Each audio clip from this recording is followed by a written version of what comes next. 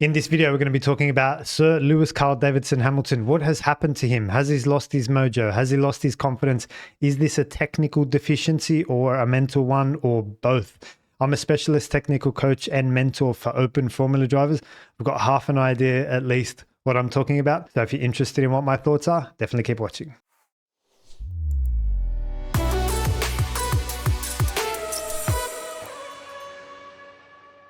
Welcome back to the channel, guys. Like I say, my name is Martin. I'm a specialist technical coach and mentor for open formula drivers. We're going to start technically, and I'm just going to start by giving you guys a bit of context as to Lewis Hamilton's driving style, why it may have worked previously, why it maybe doesn't work currently, and we're going to compare that to Max and Lando in long corners of constant radius. Going to show you guys some telemetry as well, and then we're just going to delve into the mindset and mentality of Lewis as well, see what's going on there. I think it's a combination of things. As always, it's never just one thing. Sometimes it's a perfect storm that leads you to such a situation. Okay, so let's start technically. We're going to talk about long corners of constant radius, one of my favorite types of corner. And the reason we picked this corner is because it's one of those where you can play around with your rotation point. You've got the option of turning in earlier. You've got the option of tight lines. You've got the option of short corners. You can sacrifice your entry for more exit. You can go later or earlier.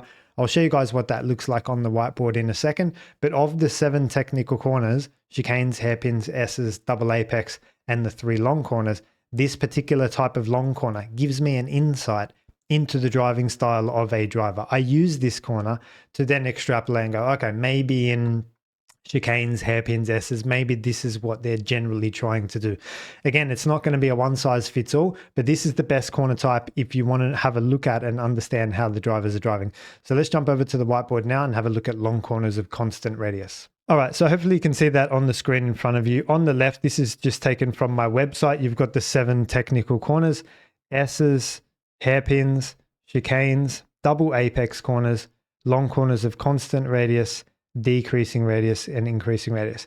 These are the 7 technical corners. You're going to come across these and you're going to want to know how to take these, how to set up the car for these. I've got a cheat sheet available on my website as well. The only thing I'll call out is that we're going to be looking at long corners of constant radius, which is this one here, and it has a brother or sister, a sibling, which is the hairpin. Sometimes the hairpins are sufficiently long that there's a bit of crossover between long corners of constant radius. So a long corner of constant radius will look like this, pretty much just looks like a rainbow and it's very consistent, whereas a hairpin will come to more of a sharper point. Think about the Chinese hairpin, for example. And like I say, these two are siblings, so there can be some crossover. But we're going to look at this corner. Now, let me give you a little bit of context once again into Lewis Hamilton's driving style and driving technique from when he was growing up. Anthony Hamilton used to stand, that's his father, used to stand at the point at which the fastest go-karters were braking, and then he would walk 2 steps further down and he'd say, the fastest guys are braking here, you're going to brake here, Lewis. So he always encouraged this late braking style. Now that's a pro and a con. Like, we're going to get onto that in this video and explain when it's a pro and a con, but I hope that gives you context and helps characterize the driving style of Lewis Hamilton. So therefore we draw what he likes to do. He likes to brake super late into this corner and be the first person here to the apex of the corner. So he'll carry all the speed in. It's like if he's playing poker, he'd just push all the chips into the table. Now, if he gets a slide or a mid-corner correction or some entry understeer or oversteer or locks a rear or locks a front, Lewis is the sort of guy, he'll just work it out on the fly in this type of corner. So he'll come out of the brakes or do more downshifting or add more steering. He's all in up to this point. There's a lot of speed that he carries in. Now, I've drawn a line a little bit wide, but what he'll do is come in, take the apex, and then accelerate out. He does kind of make a V shape through the corner, but I think the key part that I want you to focus on is the commitment on the entry, the late braking, and the speed that Lewis is carrying in up to this point. If there are any dramas here at this point, like I say, Lewis will work it out. If you guys recall Lewis Hamilton's pole position lap in 2007 in Silverstone into Stowe corner, the fast right-hander at the end of the hangar straight, he turns in and the back's dancing around, steps out, and he corrects it mid-corner. And I think he does like a pole lap analysis review at that time. I think the Sunday morning, they went over his pole lap and he was almost like proud of the fact, like the car was very lively. It was dancing around quite a lot. and Lewis made a comment to the effect of, that's fine, like I kept forward momentum and managed to save it.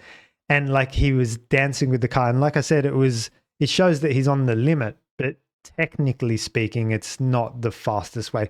Again, not dissimilar to Fernando Alonso, who used to like really turn the steering wheel in 2005, 2006 with the Renault, claiming that it was fast, but again, ugly driving style. And I think with the cars that we have these days, you can't afford to have any of this initial big turning, or like Lewis has the rear dancing around. Like those days are gone. The cars are much bigger, much heavier, ground effect. We're going to get onto that a little bit later, but you can't afford to do that. So the solution therefore is to, just be a little bit more patient, a little bit more progressive, a little bit more subtle. Don't slide the tire at all. Even micro slides can just push the temperature of the tires up intra qualifying lap, like during your qualifying lap. It has to be very subtle, very progressive, not all in styles of approach. So what Max likes to do, if I can just go back to the whiteboard and draw Max, for example, in blue, he's very patient. So he'll be braking and turning into such a corner. And at this point, Max is all eyes. He's getting feedback. He's looking at the corner saying, am I on the right trajectory? Do I need to make some adjustments? Did I go too deep? Did I go too early? If I continue on this path, where am I going to end up? Am I going to hit the apex where I want to? And what do I need to do, like at that point on the entry phase? What adjustments do I need to make sure that I'm still going to hit the apex where I want to hit it, number one, and number two, get a good exit. So Max is he's the opposite of Lewis in terms of it doesn't commit to the corner as much as Lewis would, because if you commit, you go all in and it's wrong, like you're lost, right? Whereas what Max will do is like make a small bet, place his bets, and then as the corner unfolds, because this is a long corner of constant radius, as the corner unfolds, Max can make these adjustments. And then that's good because it gives you scope to play with, like when the tires wear, if you've got crosswind, the temperature of the tires is playing around, as the fuel load burns off or is in dirty air or not in dirty air. He's got plenty of scope from which to make adjustments to the corner and still get good, clean exits. And that's where Max's focus is. So two very different mentalities and very different styles. I think in 2021, this worked for Lewis and up to 2021 because the cars were light enough, like I say, and he could find that time on the entry and keep it. But these cars punish you for that. And we're going to get onto that a little bit later as well with some telemetry. So I wanted to start our telemetry analysis with just 2021, Hamilton versus Bottas, and just again begin to characterize Lewis Hamilton's driving style. So this is their qualifying laps in Hungary, and Hamilton did a 15.4, Bottas did a 15.7, which is 3/10 slower. The track dominance tells you in which area the drivers are faster or slower as compared to one another. So just as we kick off the lap and go into turn one, you get this aqua highlight into the entry of turn one and up to the apex. Exactly what I drew on the whiteboard where Lewis likes to be quick up to that point. Remember, Lewis is in aqua on the 15.4. And if we just look at the telemetry and the delta between the two, that's the difference between Hamilton and Bottas live in real time.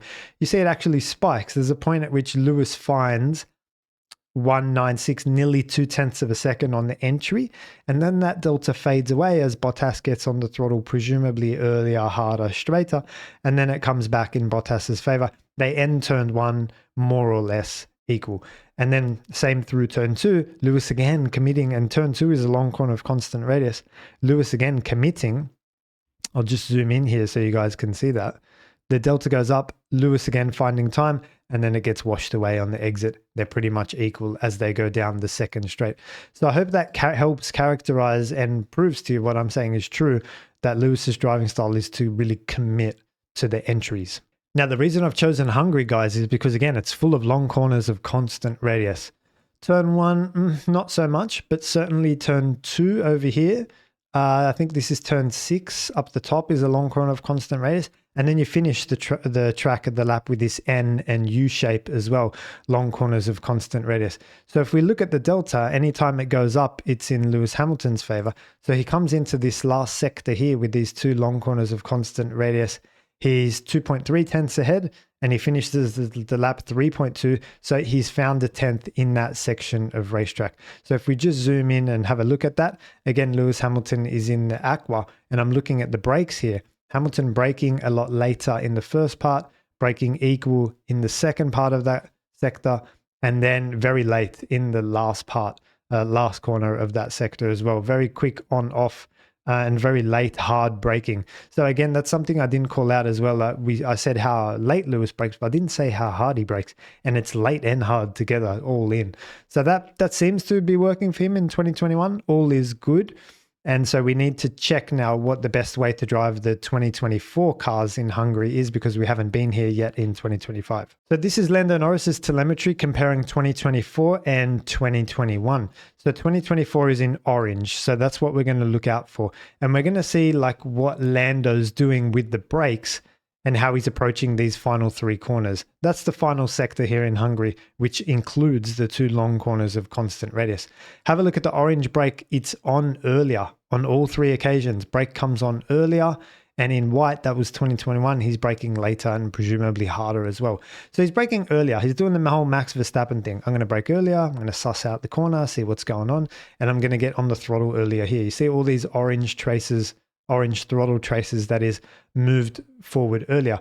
So I've chosen Lando here because I think he was driving well in 21 and 24. He beat his teammate on both of those occasions in qualifying. And so like this is a good example of the adjustments you need to make across that era. If we look at Max Verstappen, similar sort of thing happens. We've got the light blue in 2024 and this kind of aggressive dark blue might be difficult to read, in 2021.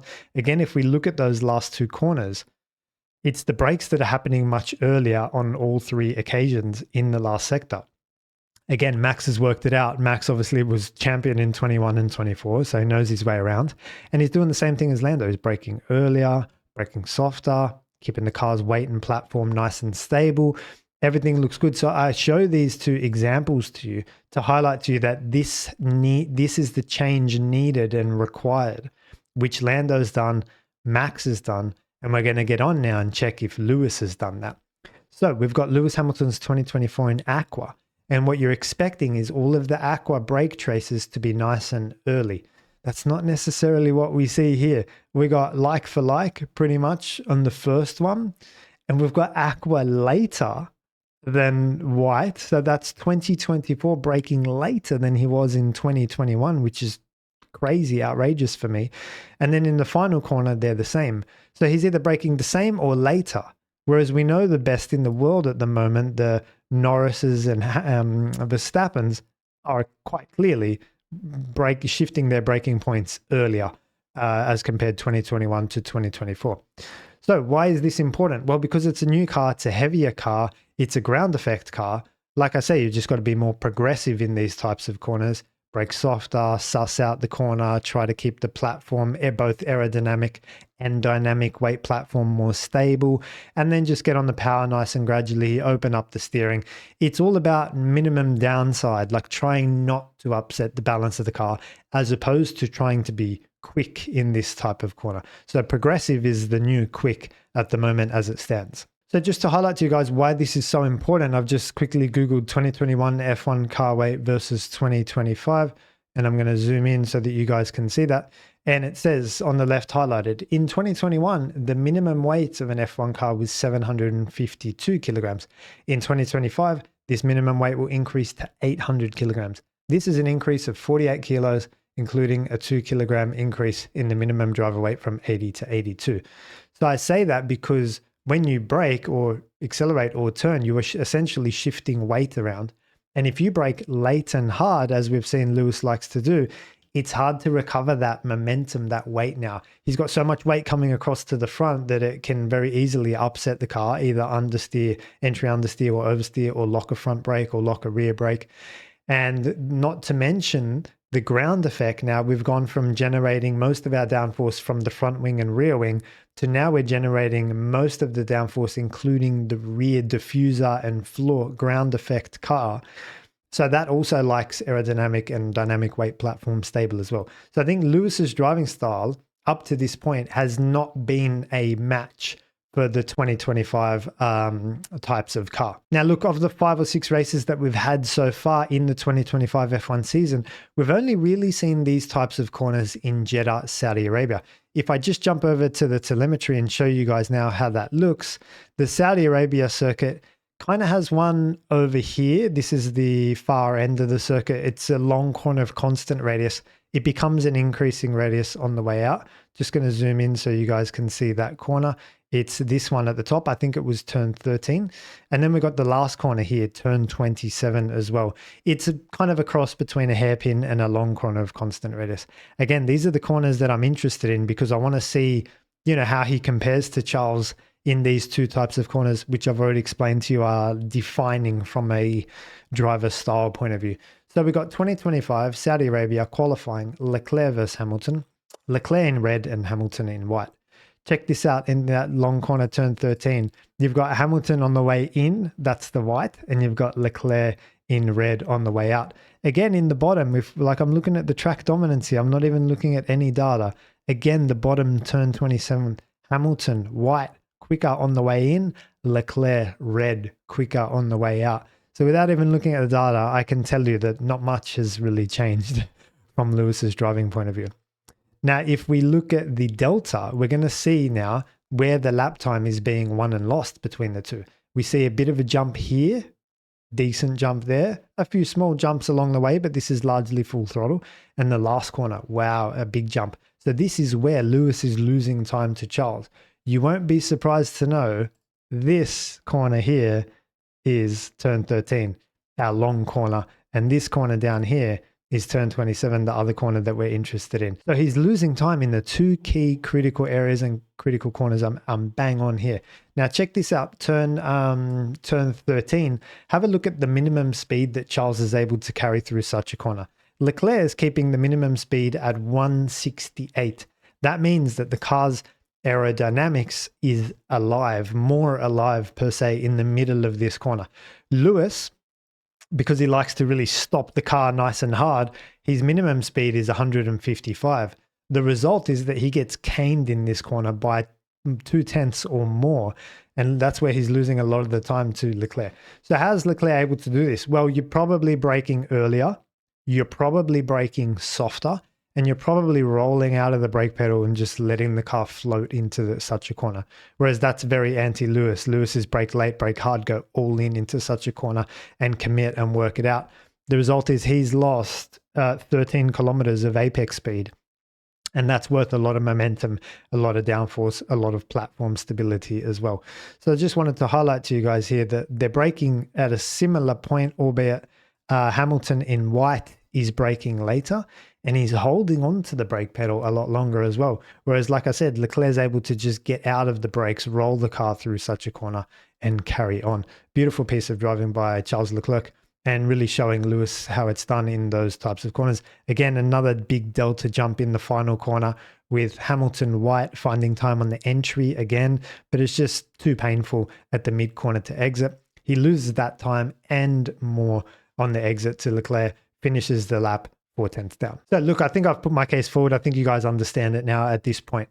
The question is, does Lewis Hamilton know this? Well, we think surely, right? He's a professional Formula One driver of 7 world titles who's driven across 3 teams with a lot of experience. Surely he knows that. But then I was listening to the Sky Sports F1 podcast on the weekend, and I'll let you guys listen to it, but I'll listen to the extract. But it was pretty much Simon asking Bernie, is this a ground effect thing? And Bernie's response was very interesting. I'll play the tape now and we'll listen to it together. And then we'll see what you guys think and what I think as well. Do that at the moment and compare favourably with Charles Leclerc. One thing that's reared its head is, yes, okay, everyone's talking about the passage of time with Lewis, but also, is it anything to do with the ground effect regulations? Because at no point has he seemed comfortable. I know the Mercedes was not a good car, 2022, 2023, slightly better, arguably last year. But is it anything to do with that? It doesn't suit Lewis's driving style, and we're just going to have to hang on. And you're going to have, in his own words, a painful year before the change of regulations, Bernie. I don't really thought about it like that before, Simon, to be honest. But the only thing and Corinne cut in when I say something stupid. But the only thing I sort of thought is, obviously, the ground effect. You're trying so hard to keep the car a stable platform. You basically want the floor to be a consistent distance from the tarmac at all times. So you've got a very stable platform. And that means that most people run the car very, very stiff, for example. So I wonder if Lewis doesn't like something in that. But yeah, I'd not really thought that it could be ground effect specific. I think. Well, a few interesting key takeaways for me. I like Bernie, I like her insights. I think she's a great part of the Sky Sports F1 team. But the first call out for me was I've never really thought about that before. And that's like, I don't know what my reaction to that is. Like, am I surprised or not surprised? On one hand, I'm not surprised because F1's in a way a victim of its own popularity. Like, you're sold on the outside that it's the best engineers, the best drivers, this and that, the best mechanics, the best teams, the best equipment, the best. And then I think on the inside, it's probably a little bit clumsier than that. That's my first thing. So on that standpoint, I'm not surprised. But obviously on another standpoint, I'm surprised because like Bernie, like an ex-F1 engineer, had never really thought that this Lewis's driving style could not be a match for the ground effect cars. Like, and it's Simon's curiosity here, which is raising that as a question. The other thing is Bernie, the difference between me and Bernie is Bernie was a strategist / engineer focused on the car. And there are hundreds of thousands of people focused on the car. But there's not many people like me, for example, focused on the driver, trying to match the driver to the car. There's a lot of people doing the opposite, trying to match the car to the driver. So that's also F1's just a crazy victim of that. There's not enough driver coaching and mentoring in the sport as it stands at the moment, trying to match the driving styles to the car. And like I say, it's they're always looking at the car. Now, Bernie carried on there and said something like they have to run the cars very stiff, and maybe Lewis doesn't like that. Again, her eyes are on the car and trying to make the car less stiff to suit Lewis, whereas it's not necessarily trying to make Lewis suit that driving style. So back to the original question, does Lewis know this? I don't know, like, again, surely at this point, but then, you know, you hear Bernie say things like, I've never really thought about that before. And like, that's surprising for me. I think he might be aware of the problem per se, but not necessarily in the long corners of constant radius and what that means for the way he's driving. Like, I can see it clear as day here, but then I've got the time and capacity to be able to think and observe and create the 7 technical corners and problem solve. Lewis is doing Met Gala and Fashion Week, and he's got a meeting at the factory, and then he's got sponsors, and he's opening store. Like, he's a global megastar. He might not have as much time to be able to look into it as much as me. I don't know. I'm just thinking out loud here, guys, at the moment, because I'm not sure the answer to this question. Is Lewis aware of this? And then if he is aware, you know, how does he resolve for that? You got to remember, both the race engineers, Brian and Ricky, I think his name is, Lewis's engineer, you know, they're a bit clumsy from time to time as well. They might be good at pointing out where Lewis is losing lap time.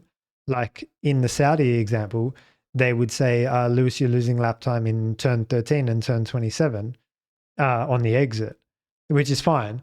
But then the why and the how, the ability to be able to recognize that those are 2 long corners of constant radius, the ability to go back through Hungary and work out what happened in 21 versus 24. I think that part might be missing. So maybe it's not, maybe he's aware, but where he's losing time, but hasn't been explained to him in a way like it's a specific part of Lewis's driving style that's not working. Again, those are just my thoughts, guys. Let me know what you think in the comments below. Now, I just wanted to finish this video on the mentality piece as well. Little bit of a contradiction here, because I don't think Lewis Hamilton's mentality since being beaten in 2021 has been the same. I think there's been a little bit of that Lando Norris in there, that little self-doubt, lack of self-belief, lack of, yeah, like I'm still the best. He's probably still asking himself all those questions. But what I can't reconcile is if he truly believes that he was robbed, in inverted commas, in 2021 Abu Dhabi, and that he did nothing wrong and he deserved the championship, then why the self-doubt and self-confidence issues and lack of self-belief? Why that on the other side? I think secretly, deep down, Lewis knows he was beaten that year by Max Verstappen, who was just better in terms of racecraft, in terms of mentality, in terms of getting more out of it. Like Max was just, he wanted that title more. So I think deep down, Lewis knows he was beaten. But on the surface, he's like, no, I was robbed. That was a joke. I should have been 8-time champion. But then if you believe that, you believe you were truly robbed, you'd have nothing to worry about, right? You'd be sitting here saying, no, I'm as good as ever. Believe in myself. I deserve that title. That was mine. So then why the self-confidence issues off the back of 2021? Like I say, I think deep down he knows he lost that one. So that's an interesting, like, you know, we could be here all day discussing what that means now for his performance, whether or not he believes in himself. You know, there could be a little bit of gremlins in there which might need, might need combing out before we can start to look at things like technique. I think you've got to resolve it here before you resolve it out on track. Everything follows the mentality. Again, let me know what you guys think in the comments section below on that one. But I personally think he hasn't recovered from 2021. There's still a bit of gremlins there. There's some self-doubt. Lack of self-confidence stemming from 2021, which is not helping. And then, it's hard to drive when you've got that monkey on your back as well. If you enjoyed this video or learned something from it, please leave a comment for me of what you learned or enjoyed from this video. It definitely helps the channel moving forward. Give the video a like and thumbs up and share it to a friend. Subscribe to this channel for more racing analysis moving forward. Thanks for watching. I'll see you in the next one.